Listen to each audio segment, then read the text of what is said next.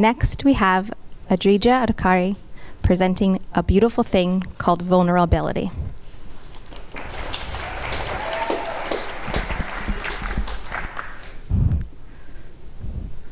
I had never thought of myself as a person needing sympathy or empathy, or any sort of emotional connection whatsoever. One of the most consistent compliments I receive from my friends is how well I console them when they're upset. Because I always say, well, that sucks, and move on. In truth, I resort to this empty response to my friends' issues because I'm not very good at exploring problems I'm not comfortable with.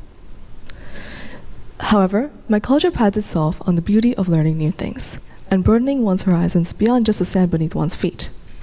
To enlighten my perspective, I was soon cued into the importance of vulnerability. Sharing my revelations with friends and family, we all agree.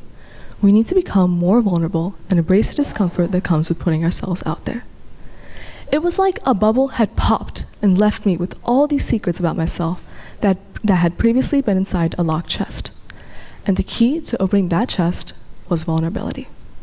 Vulnerability changed my life and has the power to change yours too. When people think of vulnerability, they imagine themselves spilling all their secrets to a dark, hooded figure that will exploit them at the first chance. This concept is wrong.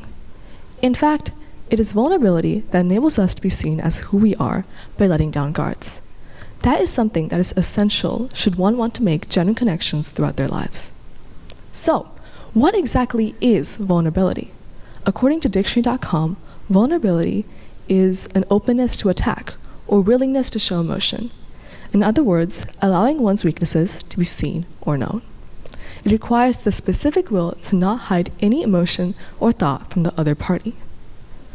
When you're talking about the rougher aspects of yourself, you set up the chance that the person you're speaking to will stab you in the back and run away with a dagger. Of course, this can happen, but there's a chance that it can bring you closer. There's a reason vulnerability is considered the origin of happiness, creativity, authenticity, and lastly, love. It is a place to build empathy.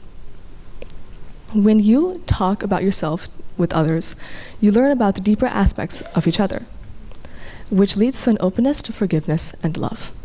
That's why your parents love you, even if your room is hardly cleaned or your laundry's all around the floor. They love and accept you for who you are. Unconditional love.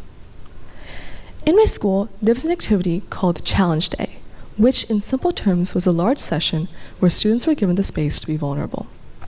I didn't participate in it, and I wish that I did, but I know that if I had, I would have been terrified out of my wits to share anything of importance to complete strangers. During Challenge Day, barriers were broken down and lives were changed. Well, according to one of my friends.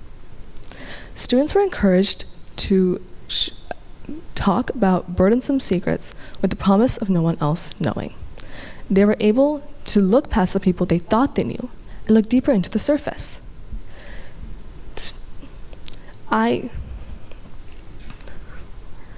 Everyone emerged from that day in different states, but my friend thought that everyone changed for the better. They had lighter hearts, more open eyes, and were more compassionate toward each other because you can never tell what a person's going through just by looking at them. One of the main activities of the day was the Crossing the Line activity. This was when students were asked personal questions meant to push emotional boundaries. My friend was unable to go into details with the information shared. What she did share, though, was that this step was the most difficult to manage. Many people shed tears, revisited dark memories, and faced their inner demons. Crossing the line wasn't just crossing a line. It was crossing into people's fears, worries, and past memories. The atmosphere was very supportive, which encouraged people to share more. Perhaps I would have benefited from it had I not been frightened to death like my friend was. She recommends sharing this activity with more people since it definitely drew complete strangers closer to each other. The most important part of this activity wasn't simply sharing these secrets, but changing one's view towards the world after this shared experience. Now that we know about the benefits of vulnerability, the question is, how do we become more vulnerable? These tried and true tips can be applied anywhere, at school, work, to the random shop work at the store you frequent. Number 1, don't try to be something you're not. admit your weaknesses. Just by saying that you're bad at something instead of covering it up with a swagger is a huge step to making genuine connections. Don't learn from others and try to be better. This admittance will be seen as a sign of confidence and you will be respected for it. Number 2, take responsibility for your actions. Don't try to blame others, that's just wrong. By admitting to it, you are showing your faults, but believe me, you will emerge stronger because you took control of the situation and fixed the problem. Number 3, tell someone if they're pushing things too far or being hurtful. On the flip side, tell them how wonderful and amazing they are. By telling someone about your personal feelings towards them, you are completely bearing your souls to them. Minor exaggeration, but whatever. This is considered the ultimate act of vulnerability. Therapists are an excellent example. One thing about therapists that make people agree to have them is the fact that they are a complete stranger. They don't know anyone in your life and are focused on you and you only, something that is appreciated by many. If you're not yet ready to open up to a close person, I recommend a therapist. Follow these tips and you'll find yourself having a lot more friends with actual bonds. Believe it or not, I wasn't very good at being vulnerable either. It was only after I was faced with the results of a meaningful conversation with a friend that I decided it was high time for me to learn how to express my emotions more. Real people were too scary, so I got the next best thing, a diary. In fact, it might have even been a better thing. Considering that a diary consists of pieces of paper, it's not like it has feelings or can make a judgment about me. I'd be able to write whatever I wanted without any fear of rejection. From there, I'd be able to have beautiful, one-sided, vulnerable, and life-changing conversations. In theory, it was perfect. In practice, not so much. Number 1, there was the reasonable fear of having other people read my diary. My parents were wonderful and supportive, promising not to read a letter of it. However, there was the unreasonable fear of having a criminal break my window, waltz in, steal my diary, and run off to a faraway land where they can exploit all my secrets. Considering that a diary doesn't have a lock, it can happen. Also, I think Tom Riddle's diary from Harry Potter sort of scared me. It was mostly the privacy part that I had problems with. Writing everything down on a piece of paper, it was terrifying. The first couple of times I did this, I stuck to superficial thoughts.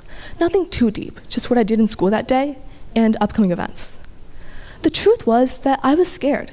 I was so terrified of the possible consequences that could arise that I didn't use my diary like I'd intended to. Over time, however, the diary evolved in some sort of confider for me. Whenever I was particularly upset, my first thought was that I need to write in my diary. And I felt so much better after doing so, like I was releasing all my emotions and allowing them to blend into the paper. From there, I started to write about more personal things until it started sounding like my own thoughts instead of some bleached copy of them. That way, I was practicing being vulnerable and embracing my true self, which allowed me to reach some sort of equilibrium with myself. Diary writing was an amazing experience that I grew from. Many people use diaries to help them mentally, and I will definitely continue it as my personal therapy. I still haven't ventured into opening up to a real person yet, though I am progressing. The diary was the first step, though I will soon advance. The path to becoming vulnerable is not one to be rushed. It takes a lot of courage to bare yourself like that, but that courage will stay with you once you realize that you are loved no matter what your faults may be. There can be real risks to becoming vulnerable, and there is the pain that comes with losing someone close to you because they do not accept you for who you are. It's risky, no doubt about it, but are you willing to take the risk and reap the rewards? It's all up to you. Thank you.